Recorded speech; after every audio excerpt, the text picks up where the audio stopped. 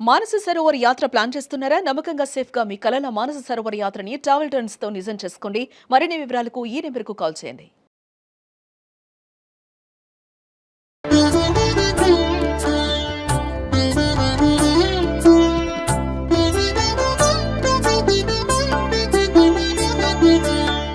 నమస్కారం. మాఘపురాణం 19వ అధ్యాయంలోకి వచ్చాం.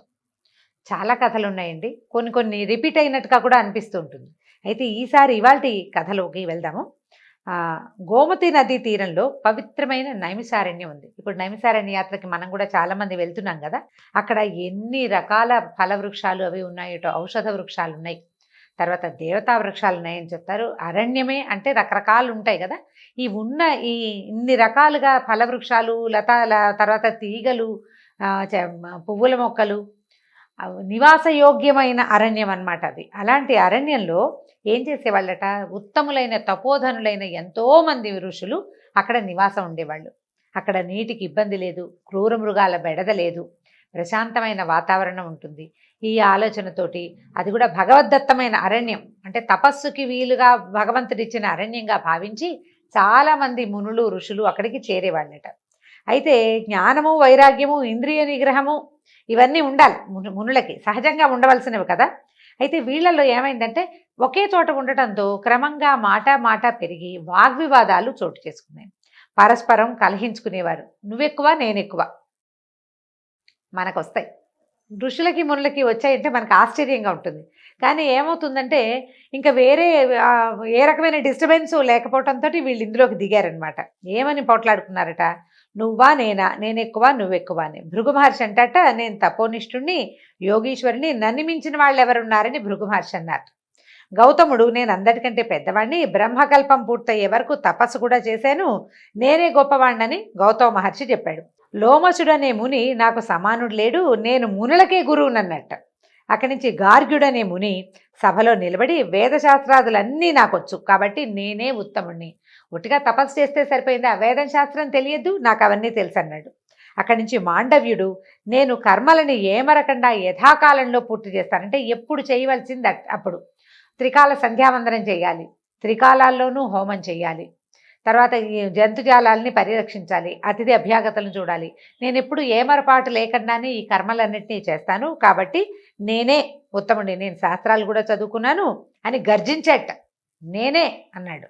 అనేసరికి శంతనుడనే ముని, నేను యోగాభ్యాసం చేసేవాడిని, ఆత్మజ్ఞానిని, ఏకాగ్రత కలిగిన వాడిని, నన్ను మించిన వాడెవడు లేడని ఆయన చెప్పాడు. పెద్దవాళ్ళంతా నన్నే గౌరవిస్తారు, నేనే అధికుడన్నాడు.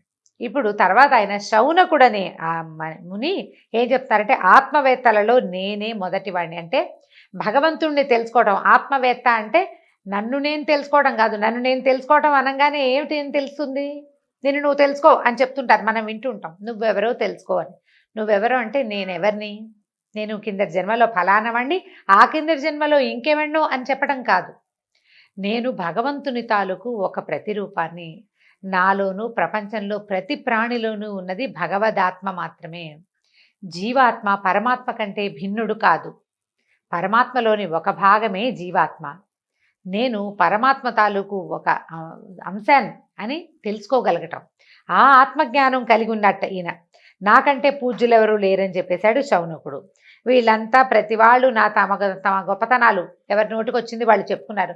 మొదట చూడండి, సభలో మాట్లాడుకుంటారు, వాదులాడడం మొదలెట్టేసరికి అవతల వాడు వింటున్నాడో లేదో కూడా వీళ్ళకి అక్కర్ల, వీళ్ళ వాదన వీళ్ళు వినిపిస్తూ ఉంటారు. మనం తరచుగా టీవీలలో, న్యూస్ ఛానల్స్లో చూస్తుంటాం, ఎవరి దారిని వాళ్ళు మాట్లాడేసుకుంటూ ఉంటారు.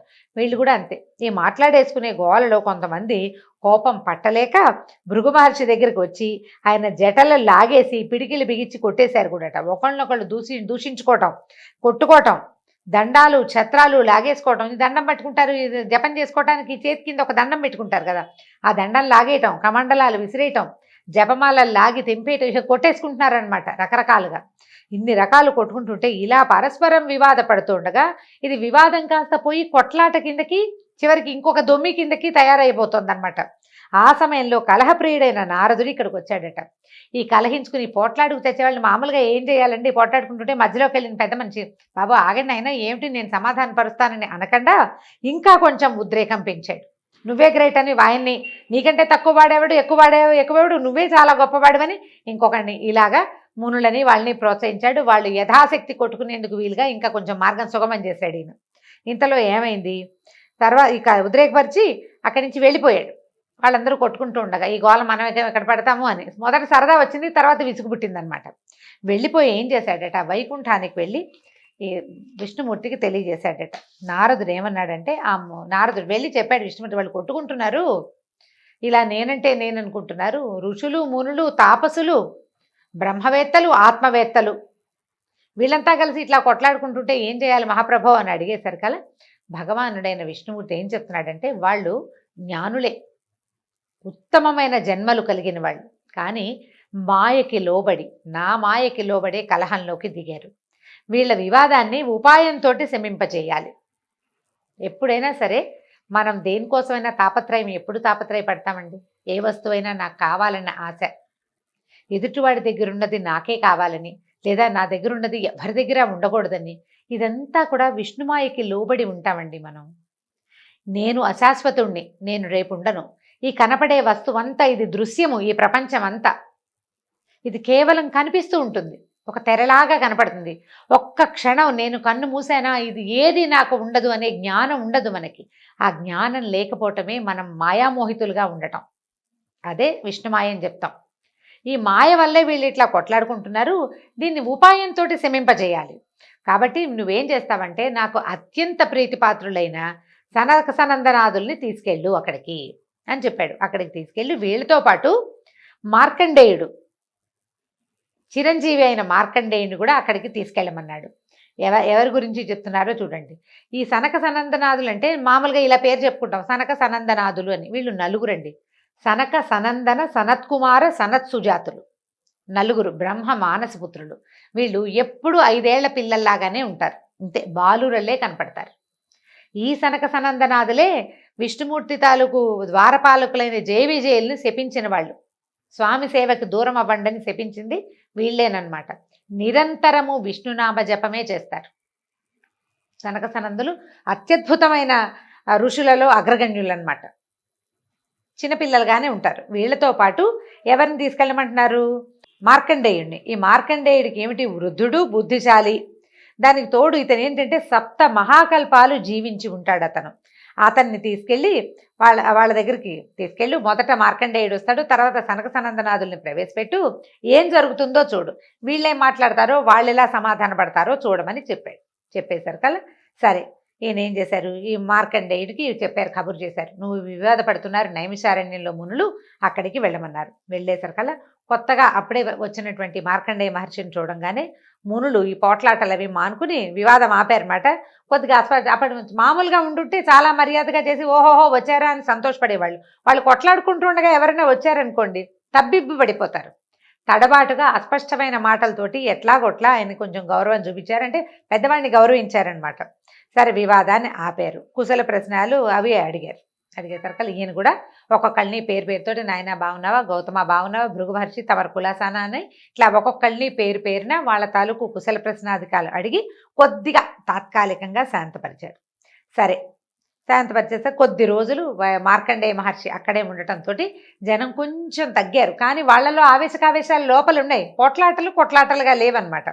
కొద్ది రోజులు గడిచాక ఈ సనక సనందనాదులైన నలుగురు మహర్షులు అక్కడికి వచ్చారట. వచ్చి ఎలా వచ్చారు, హరినామ సంకీర్తన చేస్తూ వచ్చారు. వచ్చేసరికల్లా మార్కండేయుడు వాళ్ళని చూసి ఎదురెళ్ళి నమస్కారం చేశాడు. అక్కడి నుంచి అర్ఘ్యం పాద్యం ఇచ్చారు. తర్వాత వాళ్ళ పాదాలు కడిగి, అంటే ముందు మంచినీళ్ళు ఇచ్చి, కాళ్ళు కడుక్కోవడానికి నీళ్ళు ఇచ్చి, మంచినీళ్ళు ఇచ్చి, దేవతార్చనలో ఎట్లా అర్ఘ్యపాద్య ఆచమనాదులు ఇస్తామో అలాగే అతిథి దేవుడికి కూడా అలాగే ఇవ్వాలట. ఆ రకంగా అర్ఘ్యము పాద్యము ఇచ్చి వాళ్ళ పాదాలు కడిగి ఆ నీటిని తల మీద చల్లుకున్నట్ట. ఇట్లా తమకి పాదాభివందనం చేసి గౌరవిస్తున్న మార్కండేయుని చూసి సనకాది మునులు ఆశ్చర్యపోయారట. ఇట్లా అడిగారు, మార్కండేయ మునీంద్ర, నువ్వు వయోవృద్ధుడివి, మునులలో ఉత్తముడివి, 7 మహాకల్పాలు నీ ఆయుష్కాలం. ఈ 7 మహాకల్పములు అంటే ఏమిటో చూద్దామండి. కృత, త్రేత, ద్వాపర, కలియుగాలు 4 మనకు తెలుసు కదా. వీటిని మహాయుగము, మహాకల్పము అంటారు, ఈ 4టిని కలిపి. అయితే ఇట్టి మహాయుగాలు 1000 గడిస్తే, 1000 మహాయుగాలు అంటే 1000 నాలుగులు అనమాట. ఈ 4 యుగాలు ఇలాంటివి 1000 గడవాలన్నమాట. గడిస్తే బ్రహ్మకి ఒక పగలు రాత్రిట. పగలు రాత్రి అట్లా 1000 మహాయుగాల పరిమాణం కలిగింది. ఇట్టి 360 దినాలు బ్రహ్మకి ఒక సంవత్సరం. ఎంత పెద్ద కాలం అండి. అక్కడి నుంచి ఇలాంటి 100 సంవత్సరాలు బ్రహ్మకు ఆయుష్కాలం. దీన్ని మహాకల్పము అంటారు. మహాయుగం నుంచి మహాకల్పము అంటారు. ఇలాంటివి 7 మహాకల్పాలు మార్కండేయ మహర్షికి ఆయుర్దాయం ఇచ్చాడు పరమేశ్వరుడు. అంటే మార్కండేయుడు నిలిచి ఉంటాడు, బ్రహ్మ అంతరించిపోతాడు, మళ్ళీ సృష్టి మొదలవుతుంది. అట్లా 7 సార్లు బ్రహ్మలు అంతరిస్తే గాని మార్కండేయుడు అప్పటి వరకు చిరాయువుగా ఉంటాడు. అలాంటి వాడివి నువ్వు బాలురమైన మాకెందుకు నమస్కరిస్తున్నావు? మా పాదోదకాన్ని నెత్తిమి చల్లుకుంటున్నావు ఏమిటయ్యా? వృద్ధులు బాలురులకు నమస్కరించడం కానీ ఎదురు వెళ్ళటం కానీ పనికిరాదని శృతివాక్యం ఉంది కదా, మేము 5 ఏళ్ల వాళ్ళమే కదా ఇంత చేసి అని అడిగారు. ఇంత గొప్పవాళ్ళు బ్రహ్మమానస పుత్రులైన వాళ్ళు మహర్షిని గౌరవించిన విధానం చూడండి. మాకేమని అనుకోవట్లా, మేము బ్రహ్మమానస పుత్రులు నిరంతరం విష్ణు సాన్నిధ్యంలో ఉంటామని భావించట్లా. మార్కండేయ మహర్షి గొప్పతనాన్ని పొగుడుతున్నారు. నువ్వు మాకెందుకు దండ పెడతావు? పెద్దవాళ్ళు పిల్లలు వచ్చినప్పుడు పెద్దవాళ్ళు లేస్తారా? పెద్దవాళ్ళు వచ్చినప్పుడు పిల్లలు లేచి నిలబడాలి కానీ అని అడిగారు. అడిగేసరికల్లా ఈ సనక సనందనాథులు పలికిన మాట విని మార్కండేయ మహర్షి ఇట్లా చెప్పాడు. అయ్యా, మీరు భగవద్గాన లాలసులు. అంటే భగవంతుని కీర్తిని గానం చేయటమే మీకు లాలస, అదే ఆ సంతోషం. నిరంతరము మీరు భగవద్గానమే చేస్తారు. ఒక్కొక్క దినము గడుస్తుంటే ప్రాణుల ఆయుర్దాయము కుండ నుంచి స్రవించే నీళ్ళలాగా తగ్గిపోతుంది. మానవుల పని అంతే కదా. అయితే ఇందులో అసత్యం లేదు. 21 కల్పాలు జీవించినా కూడా మృత్యువు తప్పదు. నేను 7 మహాకల్పాలు ఉంటాను అనుకోండి, అయినా మృత్యు ఉందిగా నాకు. 7 మహాకల్పాల తర్వాత మృత్యువు తప్పదు. ఇందులో ఏమీ అసత్యం లేదు, సర్వం సత్యం. అంతే, మృత్యువు తప్పదు. అయితే ఎక్కువ వయసు ఉండటం వల్ల ప్రయోజనం ఏమిటి? వేదశాస్త్రాలను చదవటం చేత లాభం ఏమిటి? యోగాన్ని పాటించడంతో ఉపయోగం ఏమిటి? వాటి వల్ల ఏం ఉపయోగం లేదు. ఎందుకో చెప్తున్నాడు. ఎందుకు లేదండి అని అడగండి. కన్క్లూడింగ్ పాయింట్ ఇంకొకటి ఉంది. తపస్సు చేత కర్మానుష్ఠానం చేత ప్రయోజనం ఏముంది? జ్ఞానహీనుడు చిరంజీవి అయినచో వచ్చిన ప్రయోజనం ఏముంది? నిరర్థకంగా కాలం గడపడం చేత దుష్టుల యొక్క జీవనం గడిచిపోతూ ఉంటుంది. జ్ఞానాన్ని సంపాదించేవాడే వాడే గొప్పవాడు. వ్యర్థంగా అజ్ఞానిగా ఎక్కువ కాలం గడిపిన వాడి గొప్పతనం ఏముంది? మనం అనుకుంటాం చూడండి, తెలుగు సామెత, కలకాలం కాకిలా బతికే కంటే 4 కాలాలు హంసలా బతికినా చాలు అని. 4 రోజులు హంసలా జీవితం ఉన్నా చాలు, కాకి బతికొద్దు మనకని. ఈయన కూడా అదే చెప్తున్నారు. వినాశకాలము దాపురించినప్పుడు ప్రాణిలోకం అంటే జనాలు భయాన్ని పొంది తాను చేసిన కర్మఫలాన్ని అనుభవించి మళ్ళీ జన్మిస్తాడు. అంటే మనకి మరణాసన్నం అయ్యేసరికల్లా భయం వేస్తుంది మనకి మృత్యువు పట్ల. అమ్మయ్య పోతున్నావు, హాయిగా ఉందని అనుకుంటామండి. అలా అనిపించదు. అమ్మో చచ్చిపోతున్నామే అని భయం వేస్తుంది. భయం వేసిన కొద్దీ మన కర్మ దుర్విపాకం పెరిగిపోతూ ఉంటుంది. మళ్ళీ పుడతాం, మళ్ళీ పుడుతుంటారు. నిత్యము కాని దేహంతో విష్ణు కథా ప్రసంగము చేయువాని బతుకే సార్థకమైనది. అతి తాత్కాలికమైన మానవ జీవితం, అది ఎప్పుడు వెళ్ళిపోతుందో తెలియదు. ఇప్పుడు సార్థకంగా ఎవడుంటాడు? ఎవడైతే విష్ణు కథా ప్రసంగం చేస్తాడో, విష్ణు కథా గానం చేస్తాడో వాడు కదా గొప్పవాడు. సనక సనందనాథులు నిత్యము విష్ణుగానం చేసేవాళ్ళు. మహాత్ములైన సనక సనందన సనత్కుమార సుజాతులారా, మీరు నిరంతరము విష్ణు కథా ప్రసంగం చేయువారు, నిత్యము ఆయన్ని తలిచి నమస్కరిస్తారు. శ్రీహరి ఎల్లప్పుడూ మీ హృదయ పద్మాల్లోనే నివసించి ఉంటాడు. మేము క్షణకాలమైన విష్ణువుని స్మరింపం. విష్ణు శ్రీహరి ప్రసంగాలను కూడా చేయము. విష్ణు కథని మానినవాడు ఎంత వృద్ధుడైనా వాడు బాలుడే. విష్ణువుని భగవంతుడిని తలుచుకోమని వాడు అంటే ఇక్కడ విష్ణువు అనగానే విష్ణుమూర్తి అని భావన పెట్టుకోకండి. భగవంతుడు మనని సృష్టించిన శక్తి, మనని నడిపించే శక్తి. ఏదైతే చరాచర సృష్టి జగమో ఈ జగత్తు మొత్తాన్ని కదుపుతుందో ఆ శక్తిని గురించిన ధ్యానము గమనము లేనివాడు ఎంత వృద్ధుడైనా బాలుడే. ఇదంతా నా ప్రతాపం అనుకుంటే నువ్వు ఒకరోజు పిల్లవాడి కింద లెక్క. వాడికి ఏడవటం ఒకటే వచ్చు, ఇంకేం రాదు కదండి. ఒకరోజు పిల్లాడికి, పుట్టినవాడికి ఏమొచ్చు? బారమని ఈ ప్రపంచాన్ని చూసి ఏడవటం వచ్చు. నీకు 100 ఏళ్ళు వచ్చినా నువ్వు ఆ పిల్లాడితోటే సమానం. ఎందుకంటే నీకే జ్ఞానం లేదు. ఏడవటం తప్పిస్తే నీకు ఇంకేం రాదు. ఆ పిల్లాడు ఎందుకు ఏడుస్తాడు? నన్ను పట్టించుకోండి అని ఏడుస్తాడు. సెల్ఫ్ కోసం, తన కోసం ఏడుస్తాడు. నన్ను ఎవరైనా ఎత్తుకోండి, నాకు ఆహారం ఇవ్వండి, నన్ను రక్షించండి అని ఏడుస్తాడు పసిబిడ్డ. నేను భావన ఉంది వాడికి. నీకు 100 ఏళ్ళు వచ్చినా నీకు భగవంతుడి గురించి తెలియలేదంటే నీకు నేను భావనే ఉంది. నువ్వు రోజు పిల్లాడి కిందే లెక్క, సంటి పిల్లల కిందే లెక్క. వీరు పెరిగినట్టే కాదు. అదే చెప్తున్నాడు అనమాట. విష్ణు కథని విడవని వాడు ఎంత బాలుడైనా వృద్ధుడే. అందుకనే ప్రహ్లాదుడు జ్ఞాన వృద్ధుడు అని చెప్తారు. చిన్నప్పుడే భగవంతుడిని సాక్షాత్కరింపజేసుకోగలిగాడు. భగవంతుడు ఒక అవతారం ఎత్తేందుకు కారణమయ్యాడు. విష్ణు కథ మానని ప్రహ్లాదుడు. అయితే హరి ప్రసంగము లేని వారు ఎంత వృద్ధులైనా బాలుడే కావున మాకంటే మీరే గొప్పవారు నాయనా అని మార్కండేయ మహర్షి సమాధానం చెప్పాడు. ఈ మార్కండేయుడి మాటలు విని సనక సనందనాది మహర్షులు శ్రీహరి కీర్తనం మొదలుపెట్టారు. శ్రీహరిని కీర్తిస్తున్నారు, భగవంతుని కథాగానం చేస్తున్నారనమాట. ఈ మాటలన్నీ దగ్గరే ఉండి ఉంచున్నటువంటి మునులంతా చాలా సిగ్గుపడ్డారట తమలో తాము. మనం ఒకళ్ళ ఎక్కువ ఒకళ్ళ తక్కువ అని అనుకోవటం మూర్ఖత్వం అని తెలుసుకున్నారు. వాళ్ళంతా మార్కండేయ మహర్షికి సనకాది మునులకు పాదాభివందనం చేశారు. మేము మీ వలన విష్ణు కథా ప్రసంగపు విలువను తెలుసుకున్నాము కాబట్టి విష్ణు భగవానుని మహిమను తెలుసుకునేటువంటి శక్తిని ఇవ్వమని ప్రార్థించారు. సరే, ఇలా కొంతకాలం జరిగిన తర్వాత నారదుడు, సనత్కుమార సుజాతులు అంటే నలుగురు వీళ్ళు మార్కండేయ మహర్షి శ్రీహరి దగ్గరికి వెళ్ళి అంటే విష్ణులోకానికి వెళ్ళి ఇక జరిగిందంతా చెప్పారు. ఈ రకమైన ప్రసంగం వల్ల మునులు కొంత సిగ్గుబడి తెలుసుకుని తమ తప్పిదాన్ని తెలుసుకున్నారు. తమ చేసే క్రియాకలాపంతో పాటు ఈ విష్ణు కథాగానాన్ని కూడా భగవత్ కథాగానాన్ని కూడా తమ చర్యల్లో భాగం చేసుకున్నారని చెప్పారు. అప్పుడు ఏం చేశారట, శ్రీహరి వ్యాస మహర్షి రూపమున సూతునకు సర్వశ్రుతుల జ్ఞానాన్ని బోధించారు. ఆ తర్వాత భగవంతుడైనటువంటి విష్ణుమూర్తి ఏం చేశారట, వ్యాస మహర్షి రూపంలో సూత మహామునికి మొత్తం సర్వపురాణ జ్ఞానాన్ని సర్వ వేదసారాన్ని బోధించేశారు కదా. సూతుని వలన మునులు మొదలైన వారంతా శృతుల సారాన్ని తెలుసుకున్నారు. ఆ సూత మహాముని వల్లే మునులందరూ వేదంలో ఏం చెప్పబడింది, భగవత్ సంబంధమైన వ్యవహారం అసలు ఏమిటి, పురాణం భగవంతుడు ఏ రూపాల్లో ఎలా ఉన్నాడు, మానవులు ఎలాంటి తప్పిదాలు చేస్తారు, ఏ తప్పిదాలు చేసిన వాడైనా ఎలాంటి పుణ్యకార్యాల వల్ల స్వర్గాది లోకాల్ని పొందగలుగుతాడు, తదితరమైన విషయాలన్నీ కూడా సూత మహాముని వల్లే తెలుసుకున్నారు మునులంతా.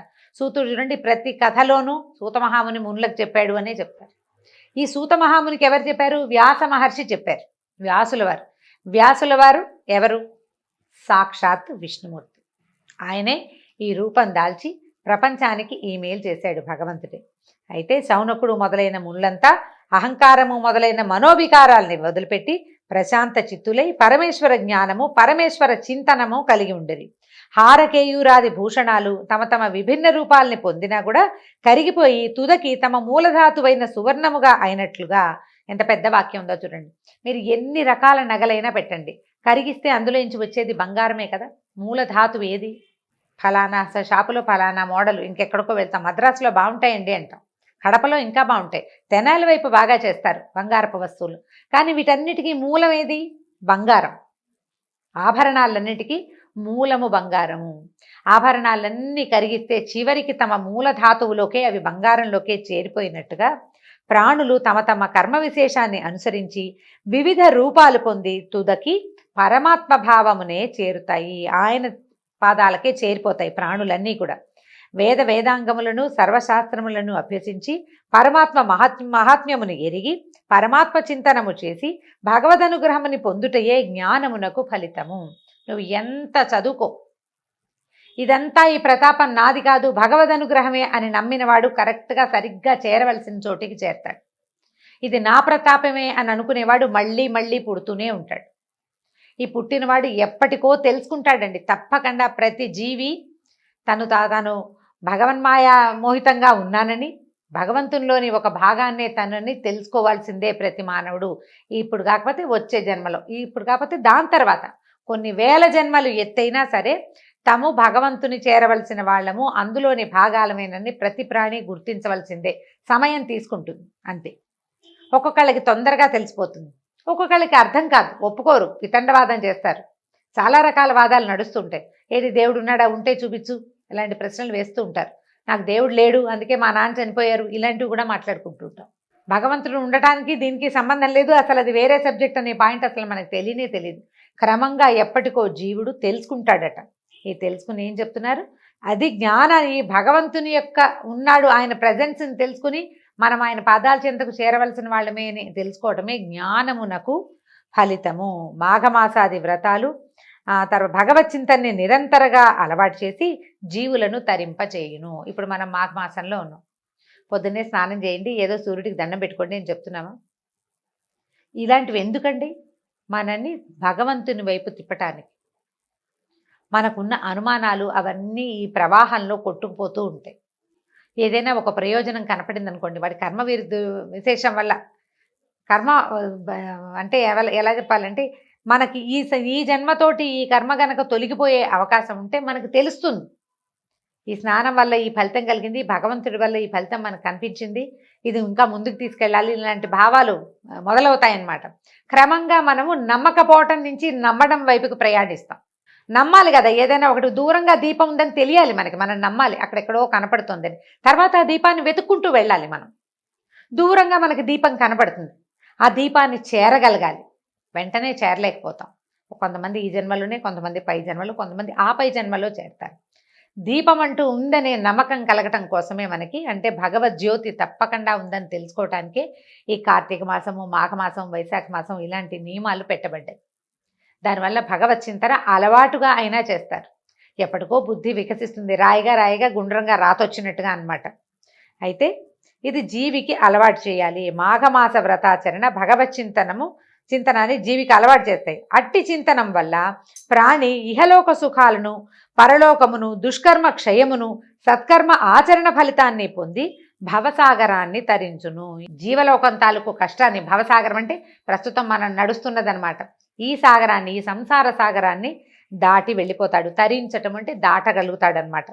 మునుల అహంకారమును మార్కండేయముని వినయ వివేకములను, సనక సనందనాథుల మహాత్మ్యమును గురించి పరిశీలించి ప్రాణి వినయమును, భగవచ్చింతనమును, జ్ఞానఫలములను ఎరిగి తెలుసుకుని భవసాగరాన్ని దాటవలనను సుమా అని సూత మహాముని మిగిలిన మునులకి చెప్తున్నారనమాట.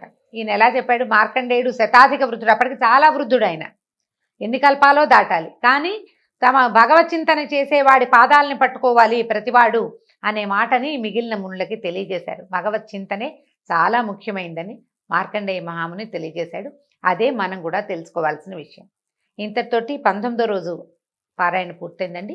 రేపు మళ్ళీ కలుసుకుందాం. నమస్కారం.